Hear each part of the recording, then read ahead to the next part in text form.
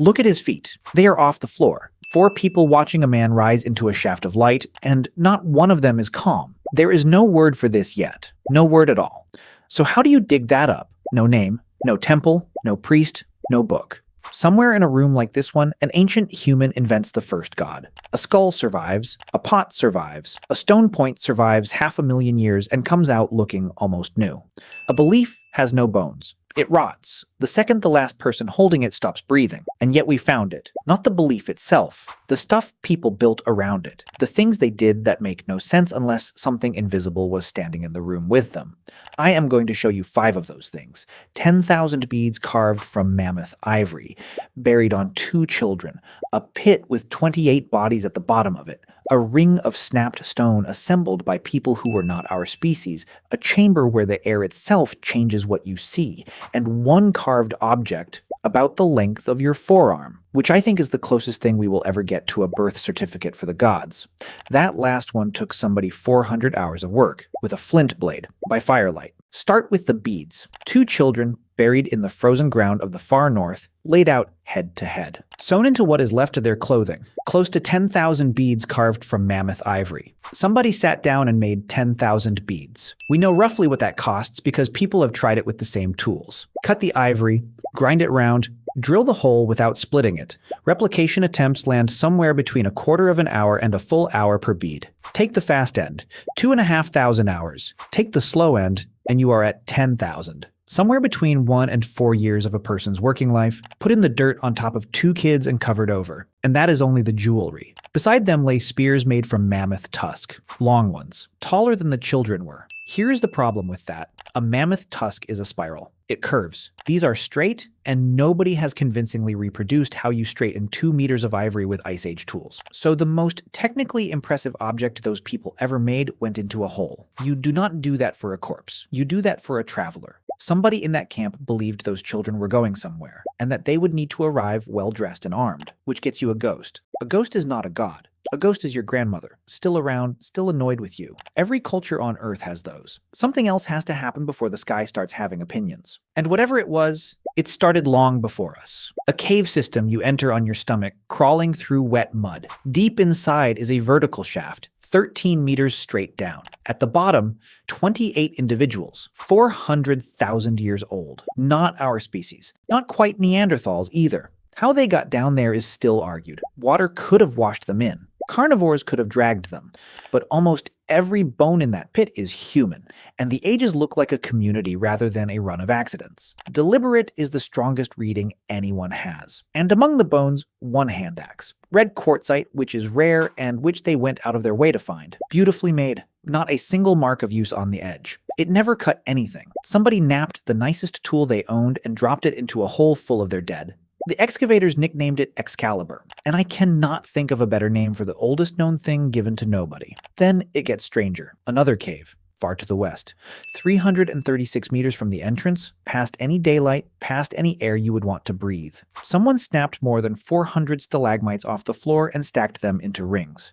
2 big circles and some smaller heaps. There are burn marks on them. They carried fire in. Nobody lived there. No food waste, no beds, no tools worth mentioning. It is a room built for one purpose, and the purpose left with the people who used it. 176,000 years ago. Neanderthals. Nobody knows what it was for. Not the excavators, not me, and I am not going to dress that up as a mystery I am about to solve. The evidence stops at a ring of broken stone in the dark. So why does this keep happening? Why does every branch of the family tree end up doing this? Because of a bug. A very good bug. Grass moves near you.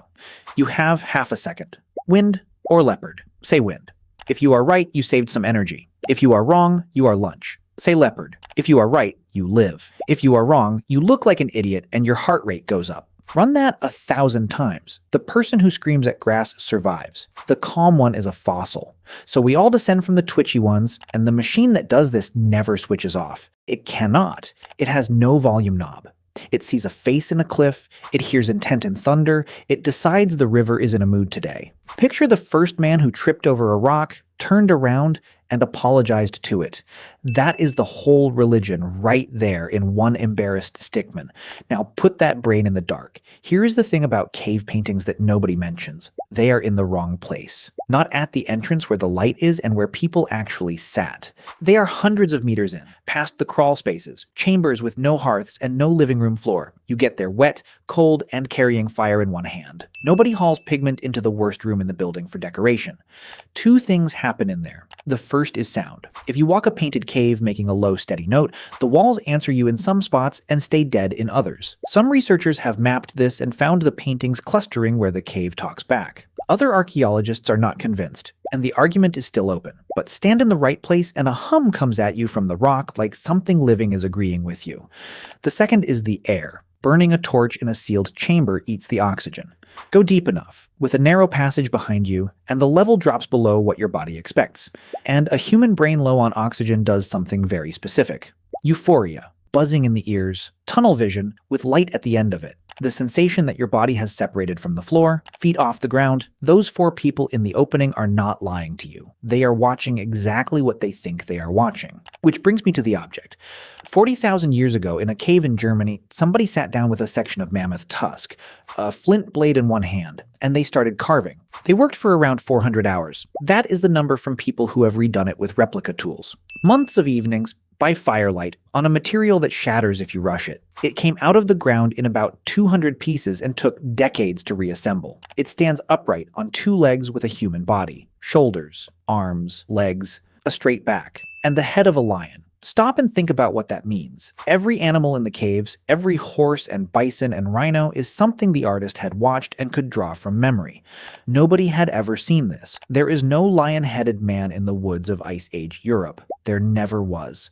As a carved object, nothing older like it has ever been found. Somebody made a solid thing with no original anywhere in the physical world. Someone held two ideas that do not go together, glued them, and then spent 400 hours making the glue permanent. That is not art. That is theology. It has a body plan, it stands like a person, and it is not a person. It does not explain itself. Somebody had to stand next to it and tell you a story. And the room it was found in was not the room they lived in. No hearth, no debris, no meals. A back chamber. Kept for something. 29,000 years later in southeastern Turkey, that idea gets heavy. Pillars of limestone, T-shaped, 5 meters tall. The biggest run to around 10 tons. Most a good deal lighter. Carved with vultures, scorpions, snakes, and boar. Arranged in circles.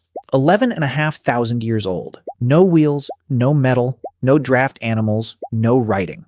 The people who quarried, dragged, and raised these things did not farm. They hunted and they gathered wild plants and they came from across the region to build.